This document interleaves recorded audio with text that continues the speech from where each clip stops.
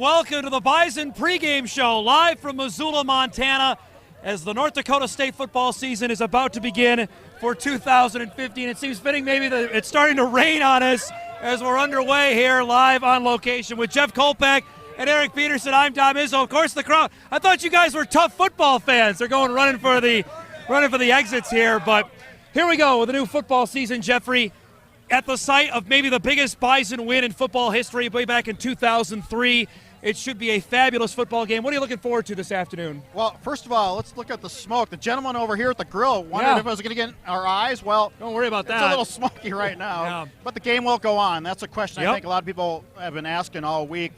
It's not so bad. I think it's doable. It smells like a campfire in Missoula, but as far as the game, I think it's NDSU's defense. You know, how young is it? We'll be able to handle this offense that Bob Stitt's going to throw at it. Now, on the other side, of course, you got Carson Wentz and a veteran offense. I think it's just going to be a tug of war between those two units. I'd be remiss to introduce the third member of our team back for his fourth year. The most popular. Everyone was already asking where the belt is. Eric Peterson is with us. Good afternoon, good morning, all that kind of good stuff. What are you looking forward to this afternoon? Well, you're not going to see the belt today. We not only don't have the belt, Kolpak lost the Where's the Belt t-shirt. So I can't even locate that at this point. We're struggling here in the early going. But like Jeff said, I don't think the weather is going to be too much of a factor, the haze. Right now, it's a factor with us. If the rain keeps on going, it might be a factor. It just seems like an overcast day as far as the haze. I don't think the visibility or air quality is going to be an issue. But it's the defense, the question marks. The physical talent is there, but when the lights flip on and there's a big situation, are they going to miss an assignment? Are they going to blow a coverage? And if a big play does happen, how do they recover? Because you know, this defense the last 3 or 4 years did give up big plays. They just found ways of rebounding and regrouping after that. Biggest thing you're going to look forward to in today. We got an untested North Dakota State defense against two of the best wide receivers in the FCS, Ellis Henderson and Jamal Jones. Each of them had big-time receptions in the game in Fargo last year. You know, we've heard all about these big-time players, these playmakers. Nobody's really talking about the Bison offensive line, which, by the way, is a very veteran unit. I think Joe Haig will get drafted, and that's the difference maker right there, and that's where this game's going to be won and lost. Best way to keep the ball away from Bob Stitt's offense, do the old bubble screens and all those, the fly sweeps and all those plays we hear about. You don't even know what a fly sweep is. Well, we're going to get to the end of it, of what the fly sweep is between now and the bottom of the hour. We're with you for the next 30 minutes. As I mentioned, we're going to look back at that memorable 2003 game where the Bison won 25-24. Some reflections from former Bison players, Kyle Steffes, Mark Sanders included. I know you wrote a big column on it in the Bison Game Day preview in the forum today about that game. That really was the first signature win that, for at least for the NDSU administration and for the team, to say they're okay to make the move to Division I. You look at all this tailgating, the thousands of Bison fans. It wasn't that way in 2003. There was a few people out for dinner, and there's maybe a little section of fans because in 2003 they were still Division II, and there was no way, absolutely no way, they could have figured this would be the result this many years later. Big E, your biggest thing you're looking forward to this afternoon? I think you got to look at the players we don't know. Who's going to emerge? There's a few of those. Are one of these young NDSU receivers are going to emerge? Is a running back for Montana? We're not sure about, what their game's about. Are they going to emerge? Brady Gustafson, is he going to emerge? Remember, at the beginning of last year, we knew Carson Wentz was talented. We didn't know how talented, and he proved it as the season went along. So I think young players and unknown players, who emerges in the game like this? Big E's going to rejoin us later. Of course, everyone's waiting for his prediction segment, which comes up later in today's show. Now, as everybody knows, there's only one Division I college football game going on today, and that's here in Missoula, Montana with the Bison and the Grizz. There is one other game going on back home. That's the paint bucket game between Valley City State and Jamestown. But last year, it couldn't have been a better year for the Missouri Valley Football Conference. 30-2 against FCS schools and a chance to show their strength right out of the gates against the Big Sky here in game number 1. And the Big Sky for 3 games for NDSU, as a matter of fact. But you have Illinois State and NDSU both returning skill players and power players. And you talk about the landscape, I think, in the FCS nationwide is there's not a lot of quarterbacks coming back. NDSU and Illinois State both have their big guns coming back, and I think that'll be a big factor. Well, that's why they're 1-2 in the country right now. It also should be noted that the Missouri Valley did not lose a game to the Big Sky, and I know that's something that Doug Fullerton, the commissioner of the Big Sky, would love to change here in game 1, and what a better opportunity for them to do it against the number 1 team in the nation. And on a national stage, like you said, you have Brett Musburger, you have ESPN in the house. It's the only game, and I think it's a great deal for FCS because it's a division that needs exposure whenever it can get it. You look at the ratings in the national title game, I think I'd be interested to see how that compares to the ratings of this game. I'm curious as well. For the only game going on in town.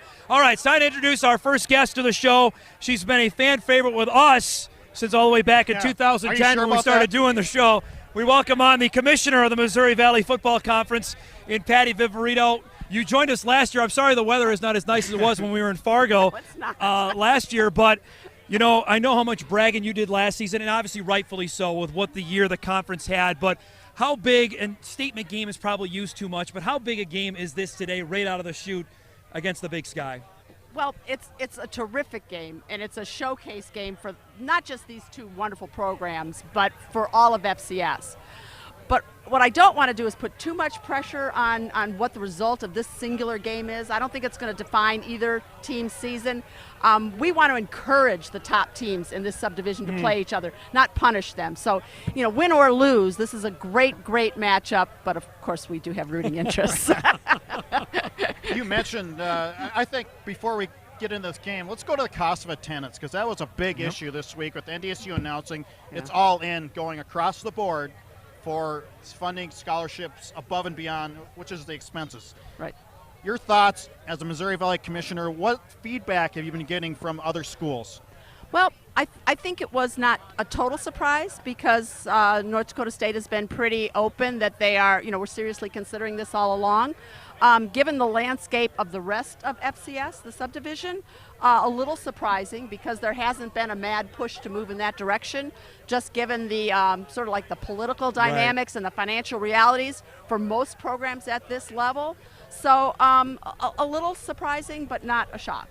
How much does this separate the rest of the league from NDSU, knowing that there are some teams, Northern Iowa's come out and said it, Youngstown State has said, we can't afford it or we're not going to do that. You worry about maybe just, you know, the disparaging of the rest of the league. There's some separation going on there. My guess is that you could ask 9 coaches that question and you'd get a very specific response. Yeah. You know, I'm going to be a little more measured and say that it's too early to tell.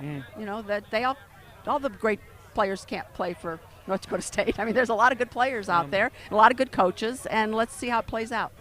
It's not talking about a lot. We're not talking about a lot of money here, Patty. I mean, it's not like people are getting $10,000 a year. It's $3,400 is the cost of attendance at NDSU, which equates to $283 a month.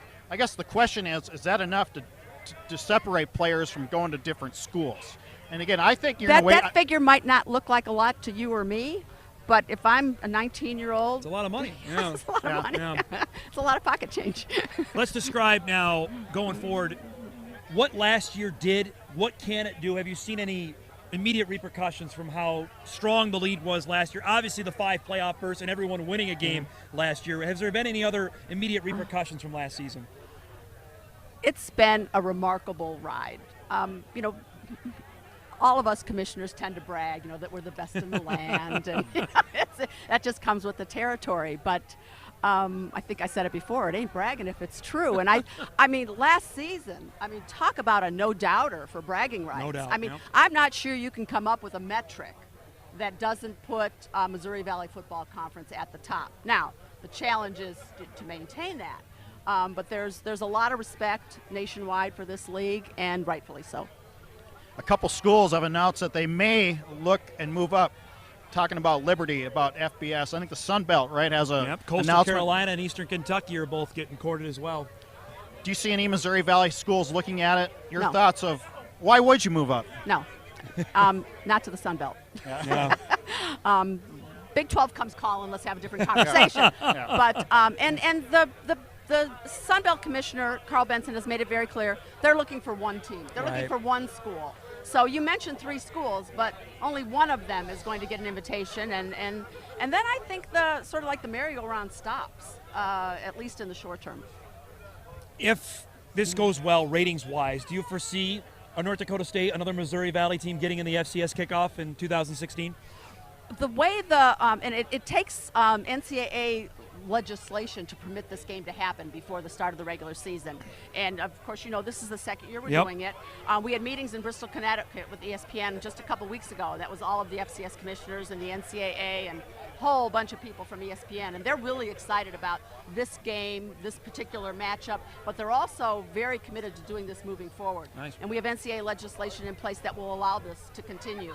And we're even talking about not one game, but maybe even 2 games on that opening weekend. And so, this is a big test to see how it plays with the public, and whether playing on the big channel attracts the kind of audience that they think that this warrants. And I think they're going to get those numbers. I agree with you. Patty, you look around, it's smoky here. You can smell it. I mean, people can't see it probably at home, but you can smell it. Was there any discussions this week with the commissioner at the commissioner level about do you continue the game? What's the air quality like?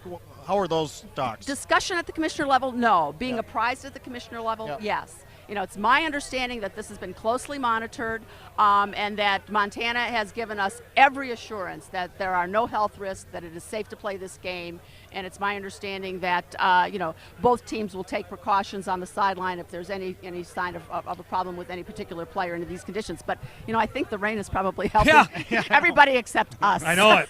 We really appreciate you coming as always. Enjoy the game this afternoon. Great. Thanks, Patty Viverito, the commissioner of the Missouri Valley Football Conference. We'll take a quick break. We come back. A look back at the miracle in Missoula in 2003. The Bison pregame show rolls on live from Missoula. This is your livelihood, and success requires a seed partner that's just as committed as you are. Just like you, we're farmers first, so our values are rooted just as deep and our goals are just as strong. Our team is ready to hit your fields, so no matter what each growing season brings, we'll get through it together. It's who we are. Thunderseed, first in the field.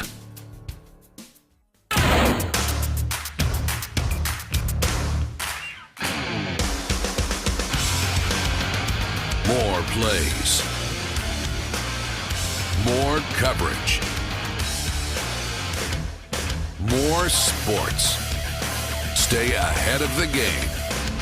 Get your sports fix with Sports Sunday. Sunday nights at 10:35. Sports Sunday is brought to you by Nelson Auto Center in Fergus Falls. Welcome back, everybody, live in Missoula, Montana. The Bison pregame show rolls on, along with Jeff Kolpeck. I'm Dom Izzo. Our thanks to Patty Viverito for giving us some time to visit with us here on the 2015 FCS kickoff. All right, first time the Bison are here since the miracle in Missoula.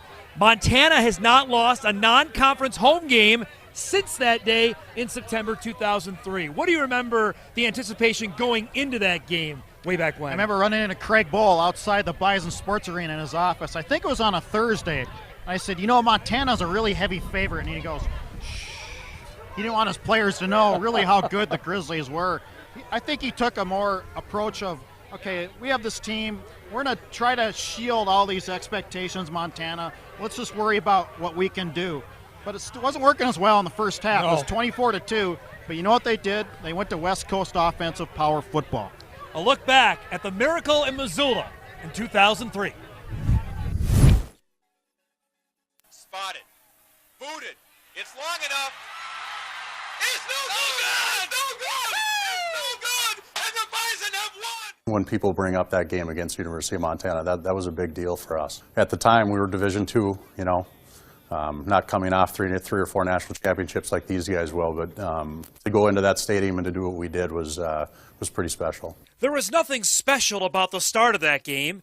NDSU had 4 punts and a fumble on offense, while the Grizz went to work on the Bison defense, leading 24-2 at halftime. First half, it was definitely eye-opening against them. We got down early, and the crowd at Montana it's second to none. It reminds me a lot of the Fargo Dome when it's amped up and rolling. And got down a little bit early, got in at halftime, made some adjustments, and boy, it made a heck of a difference because we came out and we were rolling then. The Bison switched things up in the second half, bringing up freshman Kyle Steffes from Dickinson, and the power run game returned. I just remember we started chipping off 4-yard runs, 5-yard runs, 4-yard runs, 8-yard runs, 15-yard runs. We can drive the ball on these guys. NDSU scored on 3 of its next 4 possessions and had trimmed the deficit to 24-19. The Bison got the ball back after a Jared Essler interception with 6:09 left in the game. They drove to the Grizz 20 and then called a play that shaped the future of Bison football. The kick, no, it is a fake. Rod Malone can run or throw. He's going to throw it, and it's caught! Mike Weezer, touchdown on the fake field goal, and the Bison lead.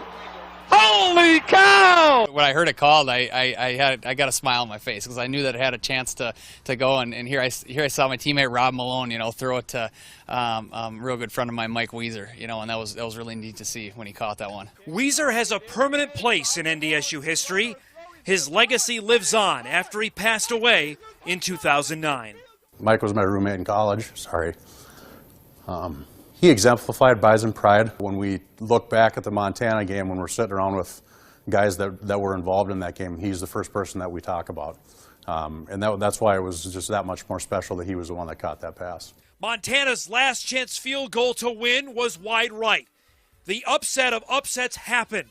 NDSU had won. I compare it to the guy that he broke the 4-minute mile. It's like, oh, man, it's kind of the mental barrier there, and now we can go and win these games whenever. We knew where the administration stood and how much they had riding on this.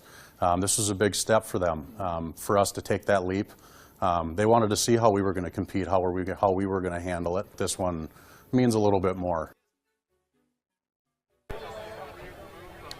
There you have it, the miracle of Missoula. Some really interesting words there from Mark Sanders, Tony Stouse, and Kyle Steppes. We thank them for piping on there. And obviously the first guy that comes to mind is Mike Weezer, who passed away a few years ago, making that ridiculous catch. And also that they practiced that play like on Thursday, 2 days before the game. And they went over it the night before in a Missoula hotel, and Rod Malone was supposed to run the ball first, throw short second, to show off his arm, and throw to Weezer in the touchdown third. That was his last option. But what he did is opposite.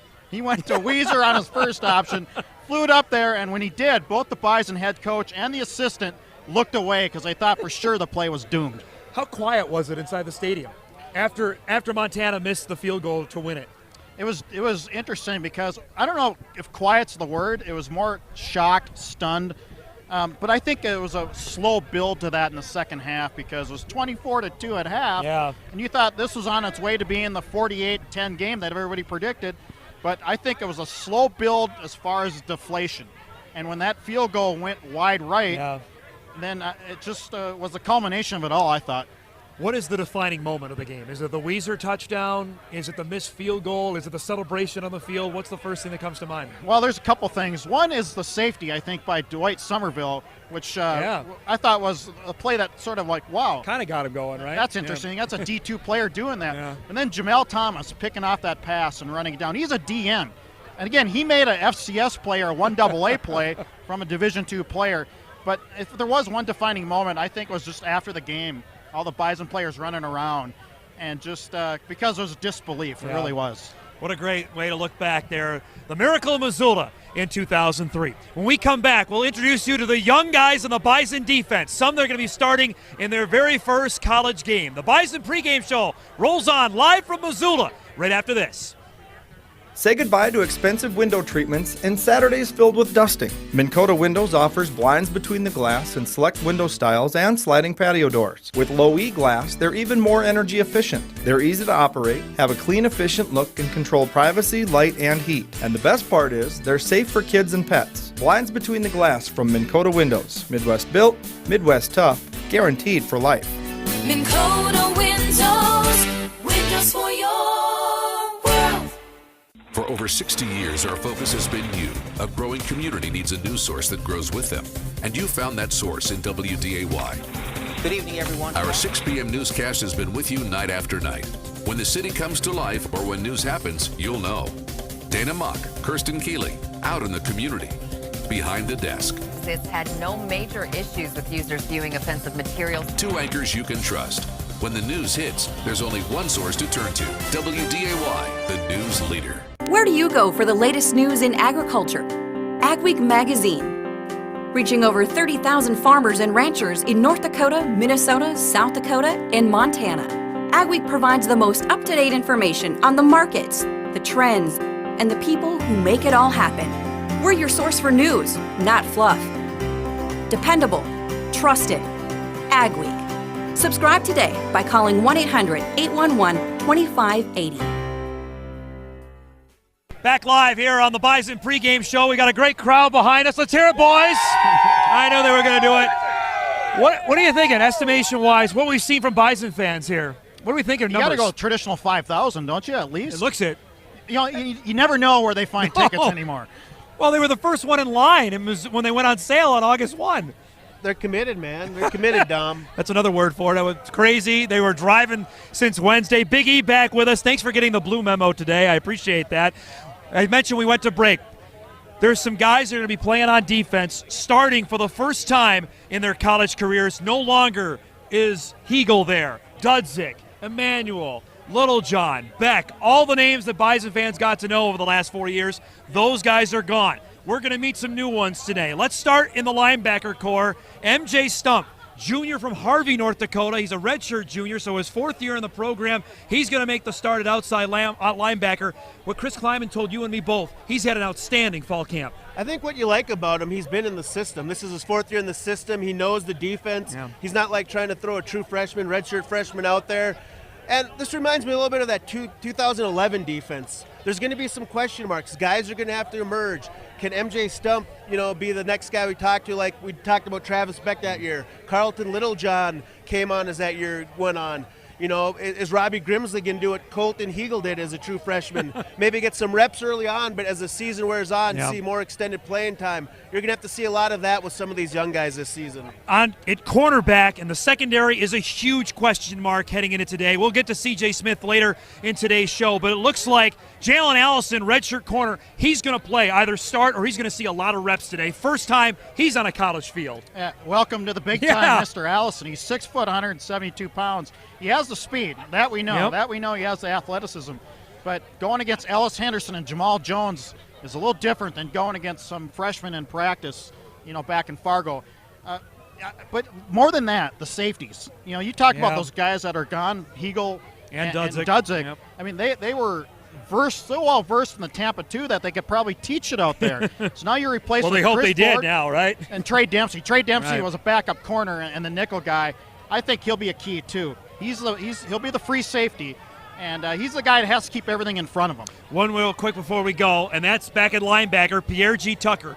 True junior, 3rd year in the program. He's been beset by injuries. Ton of athleticism. He had every Missouri Valley team after him when he verbally committed to NDSU. He's going to get the start on the opposite side of Nick DeLuca.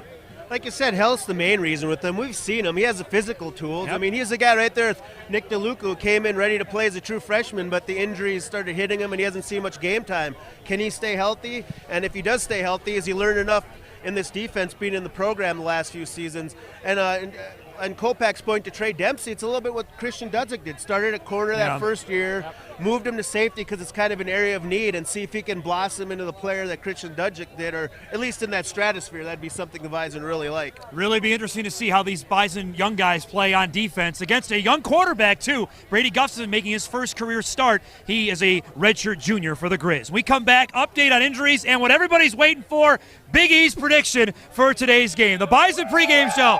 We'll be back live from Missoula right after this.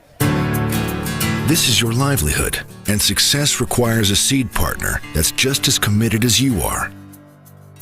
Just like you, we're farmers first, so our values are rooted just as deep and our goals are just as strong. Our team is ready to hit your fields, so no matter what each growing season brings, we'll get through it together. It's who we are. Thunderseed, first in the field.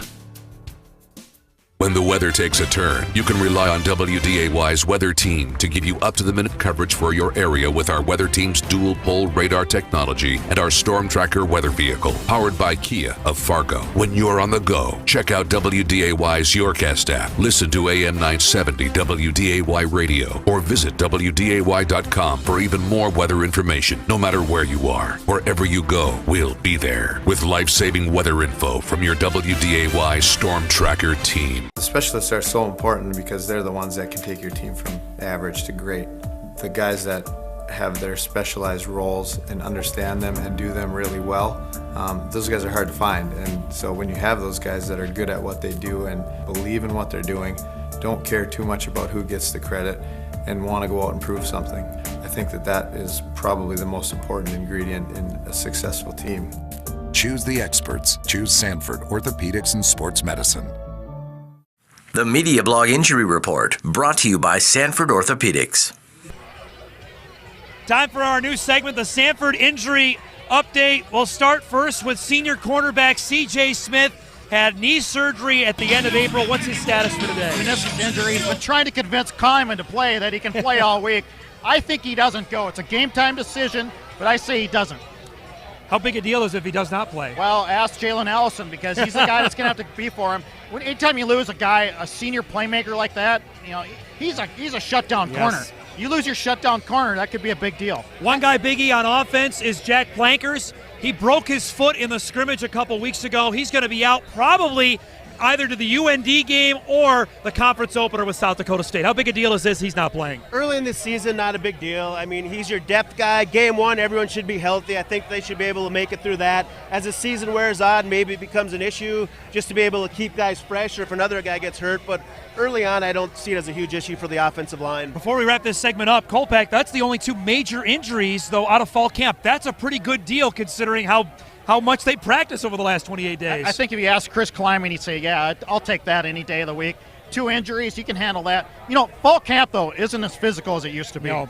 All right, everybody's waiting around. They have gathered even closer. This reminds me of Youngstown State in 2012 when you picked the Penguins to win that game on homecoming. It's time for our predictions. I'll have the elder statesman lead off. What do you see today? I'm going to go back to what I said earlier in the show. I think the NDSU offensive line is a Big Ten offensive line. I really do. I think they're that talented, that big, and that experienced. I think they control the game. I think they keep the ball out of Bob Stitt's hands, that offense. I go 38-20 NDSU. High-scoring game. High-scoring game.